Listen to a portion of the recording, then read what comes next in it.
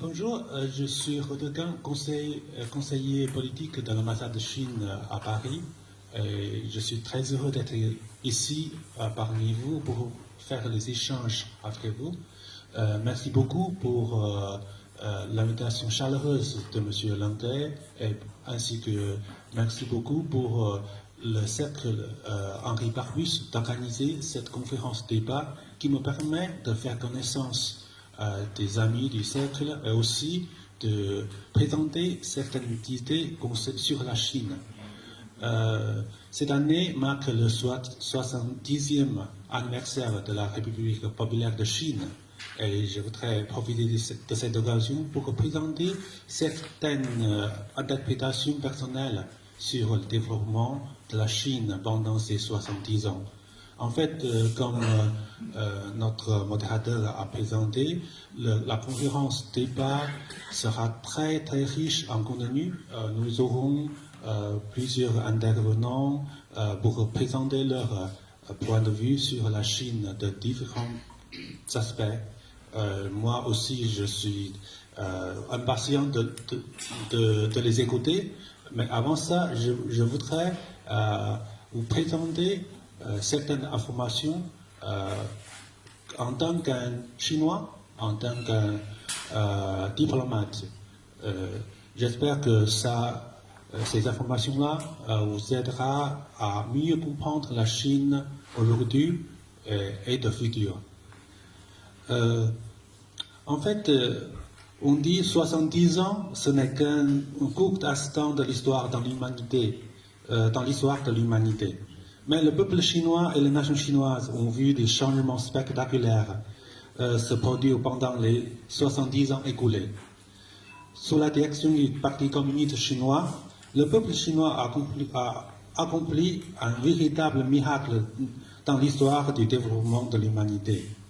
La Chine est en voie d'accomplir un grand bond, on disait, passant d'une nation qui s'est relevée à une nation riche, puis à une nation puissante, et voit s'ouvrir désormais de belles perspectives de grand renouveau. Je voudrais profiter de cette occasion pour vous donner quelques exemples.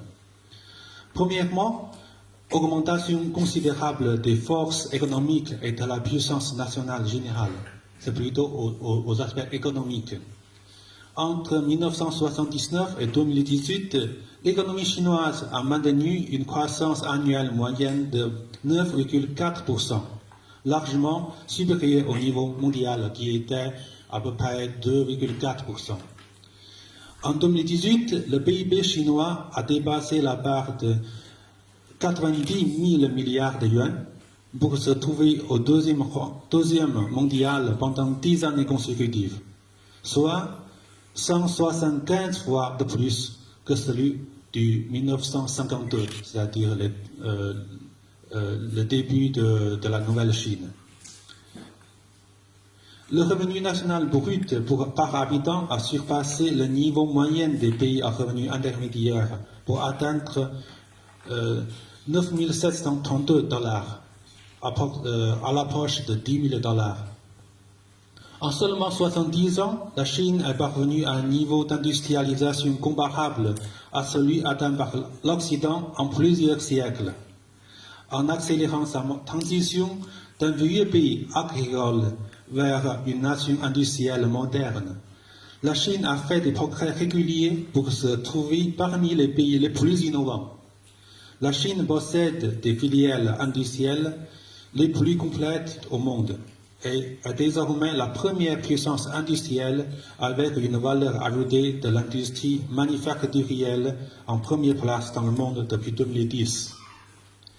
La Chine a construit et modernisé le plus grand nombre d'infrastructures et ces lignes ferroviaires à grande vitesse représentent actuellement 2/3 des lignes existantes dans le monde.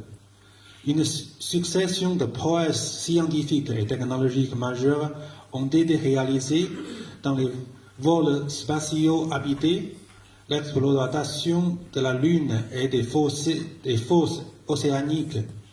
Nous sommes mondialement en pointe pour ce qui est des supercalculateurs, des communications quantiques, de la 5G, des technologies et l'information et de leur application. La Chine est également numéro 1 mondial pour le commerce des marchandises, avec un volume d'exportation et d'importation de 4 600 milliards de dollars en 2018, soit 223 fois plus qu'en 1978, c'est-à-dire l'année de l'ouverture de la Chine à l'extérieur. À la fin de 2018, les réserves de devises chinoises s'est élevées à 30 073 milliards de dollars, classé premier au monde pendant 13 années consécutives. Et en 1952, ce chiffre était 108 millions. Toujours en 2018, la Chine a attiré 135 milliards de dollars d'investissements étrangers directs non financiers, soit 146 fois plus qu'en 1983, devenant ainsi pendant 2 années consécutives la deuxième destination mondiale pour les investissements étrangers. Deuxièmement, amélioration remarquable du niveau de vie du peuple. En 70 ans, le revenu national moyen par habitant est passé de 119 yuan renminbi aux alentours du 1949 à 64 644 yuan en 2018.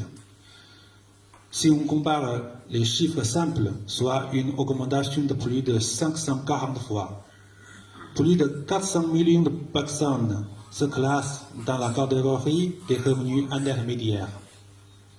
Le peuple chinois a fait ses adieux à la pénurie des produits de base et accompli un saut historique de la pauvreté à la satisfaction des besoins fondamentaux et puis à l'aisance moyenne globale. Sur la sécurité sociale, à la fin de 2018, l'assurance pension de la base a couvert plus de 900 millions de personnes et l'assurance maladie plus de 1,3 milliard de personnes, soit quasiment universelle en Chine. L'espérance de vie des résidents est passée de 35 ans au début de la Nouvelle Chine à 77 ans en 2018. Et en la même période, le taux de mortalité infantile est passé de 200 pour 1000 à 6,1 pour 1000. Troisièmement, renforcement sans précédent du statut international. Ces 70 ans de la Chine nouvelle ont également aidé 7 décennies de développement et de progrès communs pour la Chine et le reste du monde.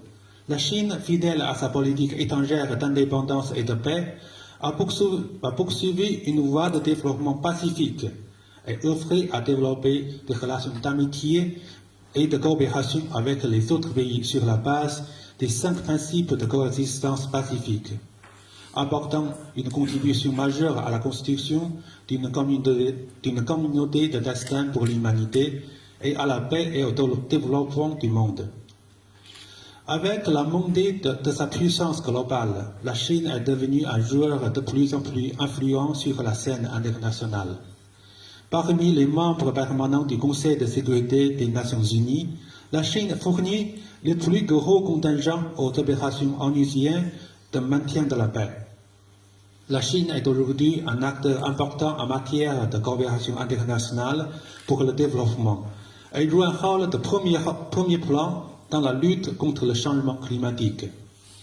À travers des concepts et idées qu'elle préconise et pratique, tels que la construction des nouvelles relations internationales et de la communauté de destin pour l'humanité, ainsi que la coopération internationale, la ceinture et la route, la Chine contribue sa sagesse pour la sauvegarde de la paix et la promotion du développement dans le monde.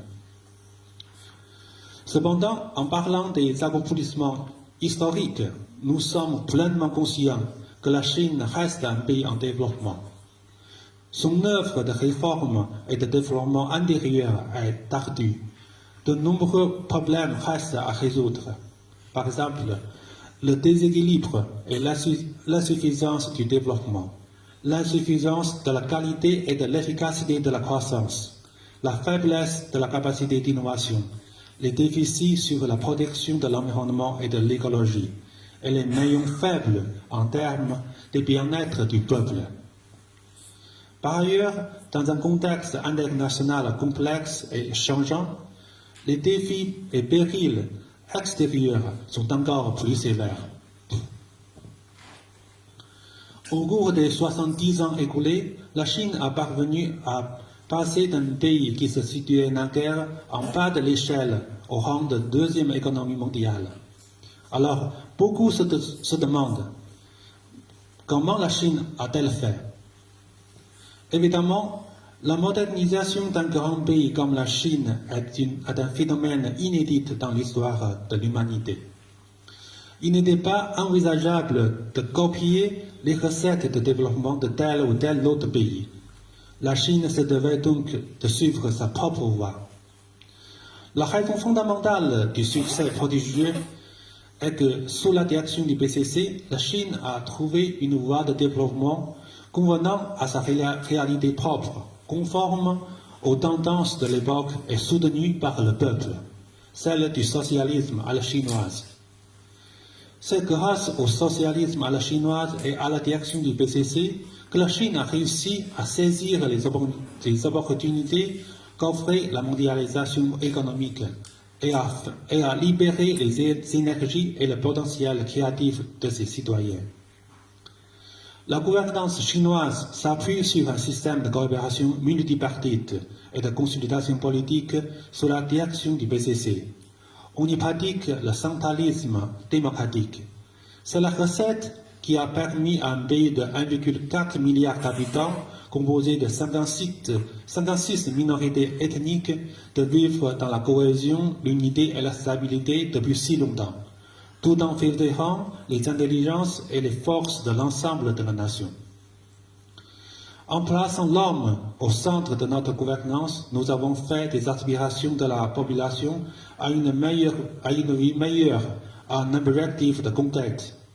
Nous nous efforçons pour que le peuple puisse partager les acquis économiques, politiques, culturels, sociaux, écologiques et autres, et avoir un sentiment plus fort de satisfaction, de bonheur et de sécurité.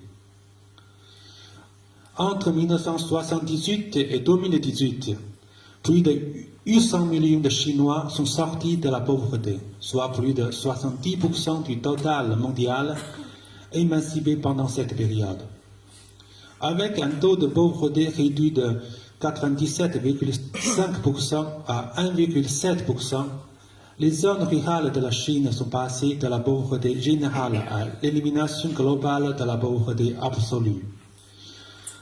Actuellement, la Chine est en train de mener la bataille décisive contre la pauvreté, avec pour objectif que d'ici 2020, c'est-à-dire l'année prochaine, toutes les populations rurales démunies et tous les districts pauvres, définis selon les critères chinois en vigueur, sortent de la pauvreté. Le problème de la pauvreté absolue qui hante la nation chinoise depuis des siècles sera bientôt définitivement réglé. Le socialisme à la chinoise combine les avantages que procure la vitalité des forces du marché et la concentration du pouvoir socialiste indispensable aux grandes réalisations. Le tout organisé autour d'une planification stratégique exécutée avec efficacité.